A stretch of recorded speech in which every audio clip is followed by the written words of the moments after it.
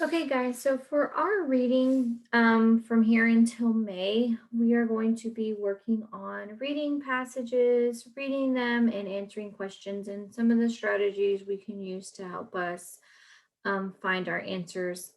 Because, as you know, we did our STAR benchmark.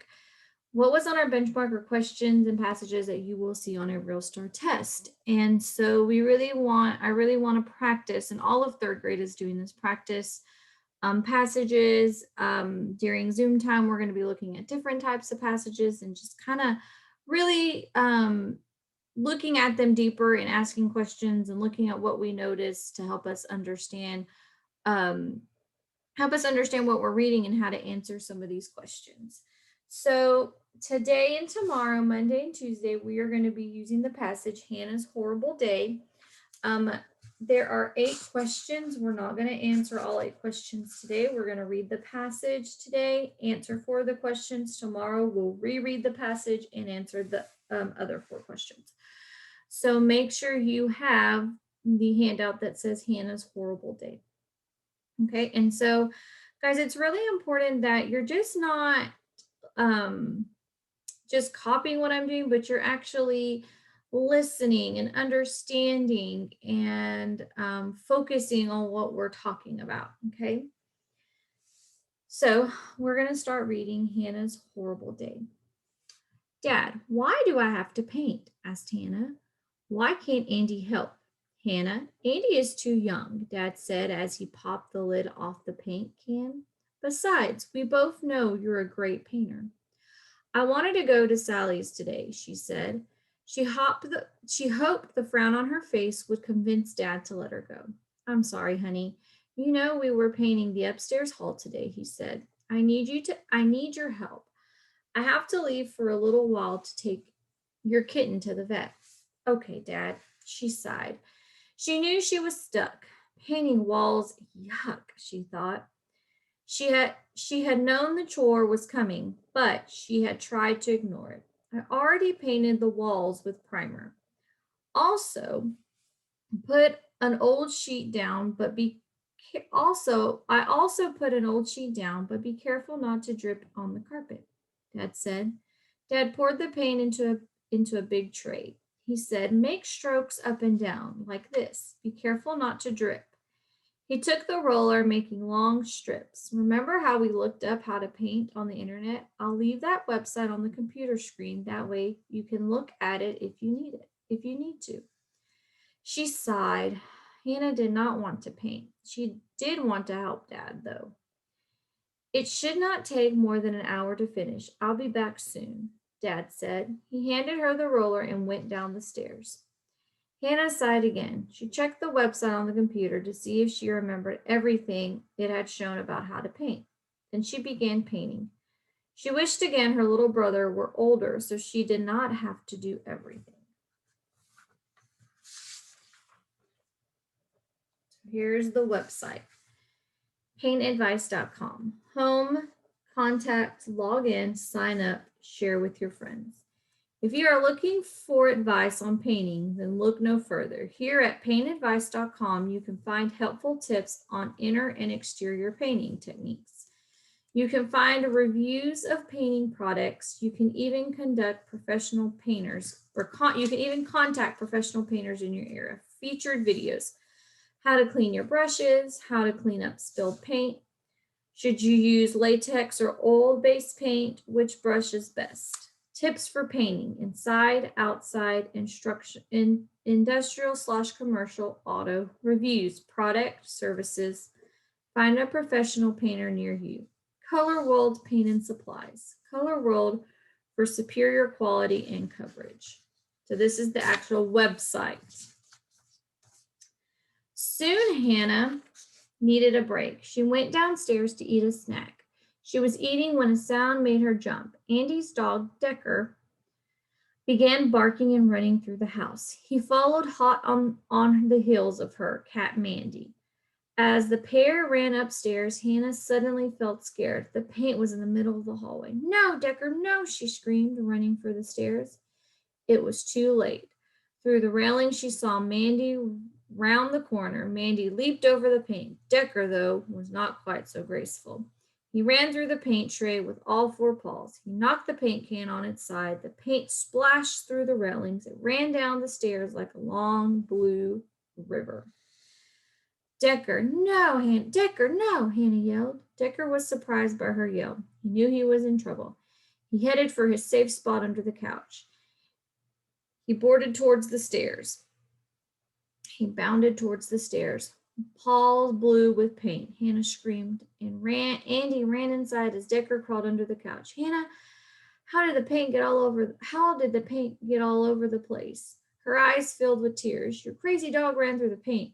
Now it's everywhere, she screamed. Tears ran down her cheeks. She knew that shouting and crying would not help. She was powerless to stop the tears.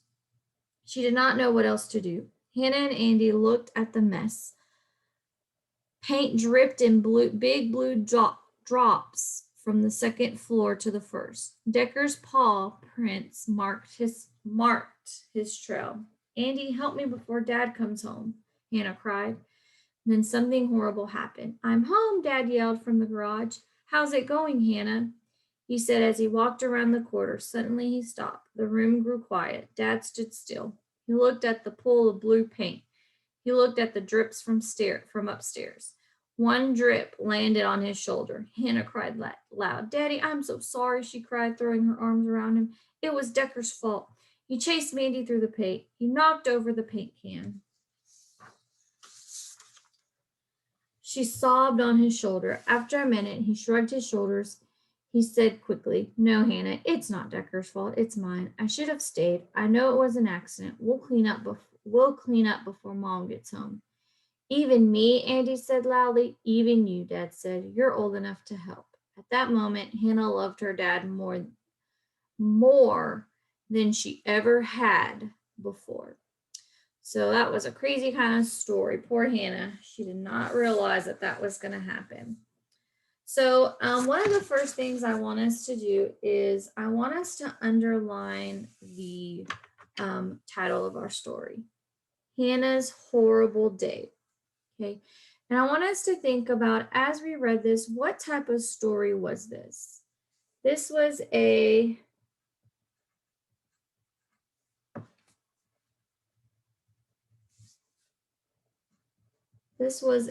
fiction story. So that means it was a story that was made up, okay? So one of the things we would do is we would number our paragraphs. This one is already numbered. So anytime you see an indentation, which is this space, that is a new paragraph. So if you notice, we have 24 paragraphs, okay? We also had this this website stuck in here. So guys, anytime you see a diagram, you see a website page, you see a how-to where it's showing us how to do something, we have to read those. That is part of our story. Okay, so let's look at our first question.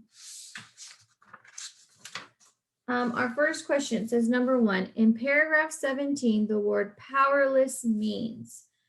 So if you have a highlighter, if you don't have a highlighter, a pencil will do. I want you to highlight powerless.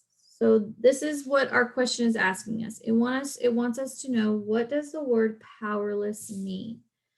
And it also tells us what paragraph 17. So guys, the biggest thing that we are going to be talking about is how do we go back into our story to help us find the answers. So I'm going to go back to page 17.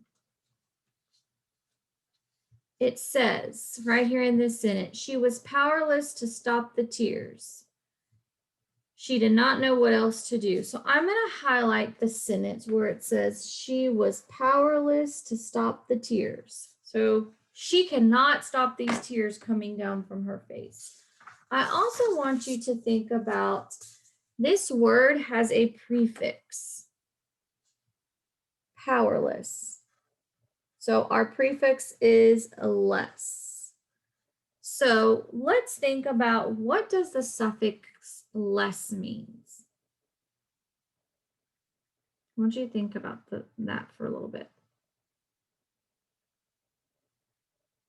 So that means without, okay? So over here, right under this, I'm gonna write here and I'm gonna say without.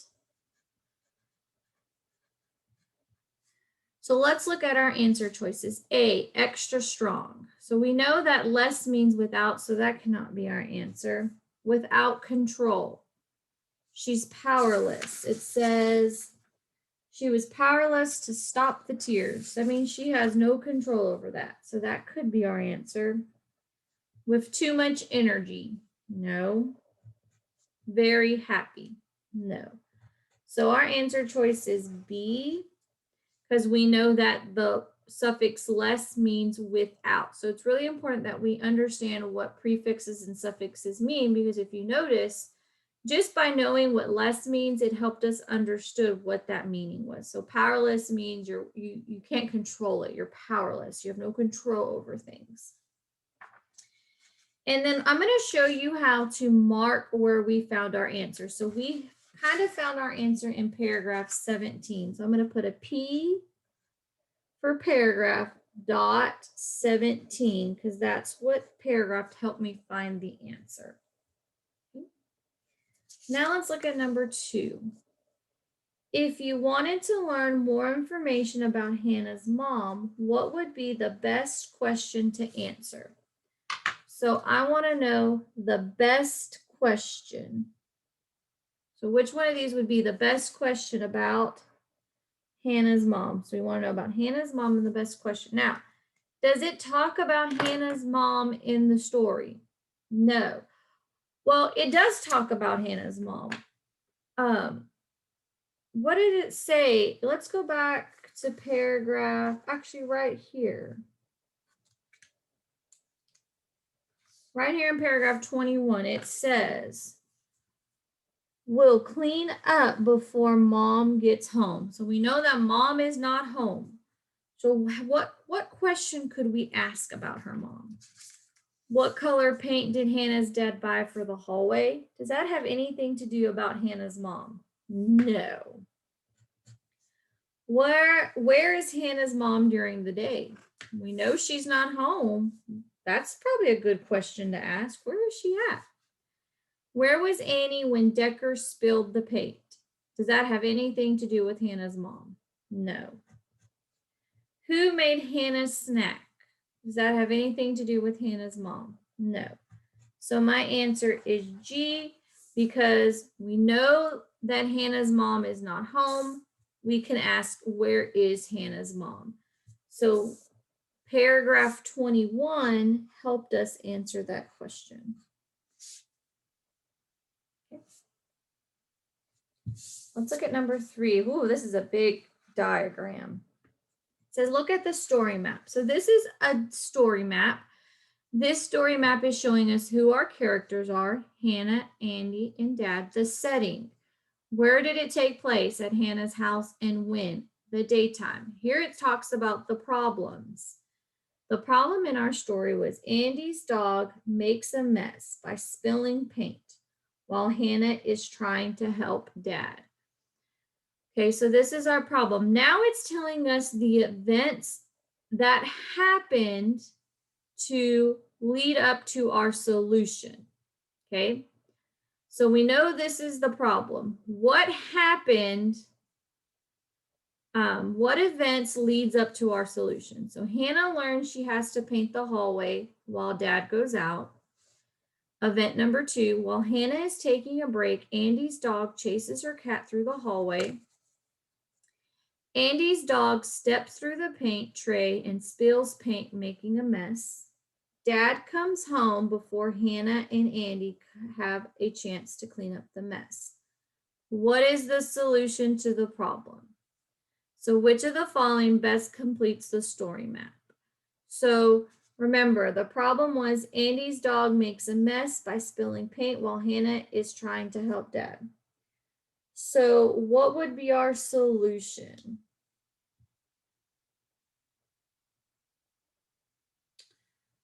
So let's see. A, Dad is not mad. He says that he should have stayed to help Hannah. Maybe.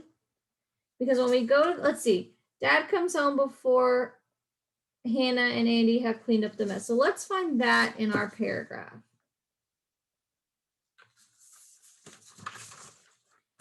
So right over here it says, I'm home, Dad yelled from the garage. How's it going, Hannah? He said as he walked around the corner. Suddenly he stopped. The room grew quiet. Dad stood still. He looked at the pool of blue paint. He looked at the drips from upstairs. One drip landed on his shoulder. Hannah cried loudly. Daddy, I'm so sorry, she cried, throwing her arms around him. It was Decker's fault. He chased Mandy through the paint. He knocked over the paint can. She sobbed on his shoulders. After a moment, he shrugged his shoulders. He said quietly, No, Hannah, it's not Decker's fault. It's mine. I should have stayed. I know it was an accident. Even me, Andy said loudly. Even you, Dad said. So the solution was that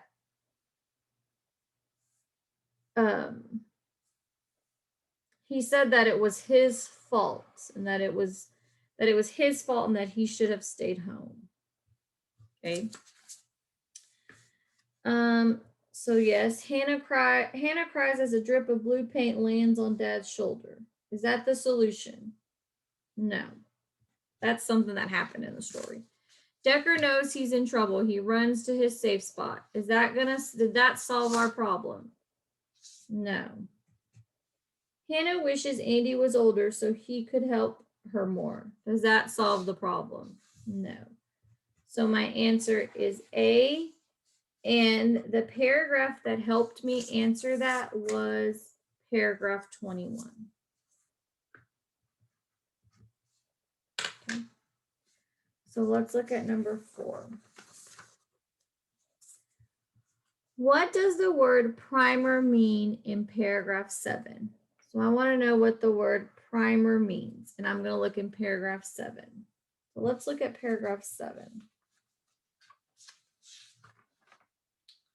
Remember, this is why we have our paragraphs numbered so we know where to go look. So it says, I have already painted the walls with primer.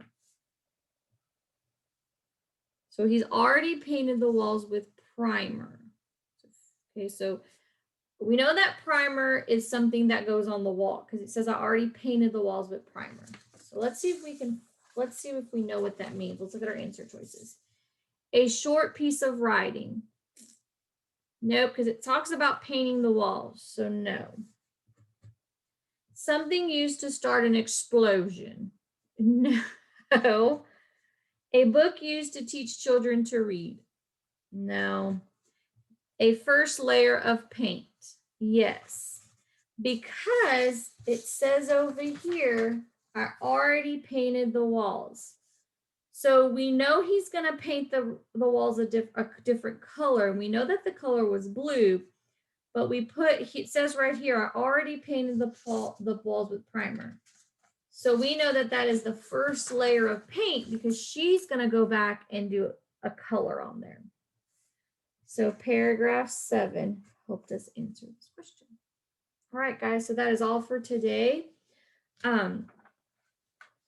I want you to take a picture of the questions that we answered. I want to see where we highlighted, the paragraphs we found. I want to see all the work that I just showed you, okay?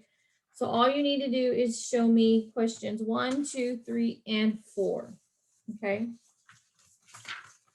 We're going to answer the rest of the questions tomorrow.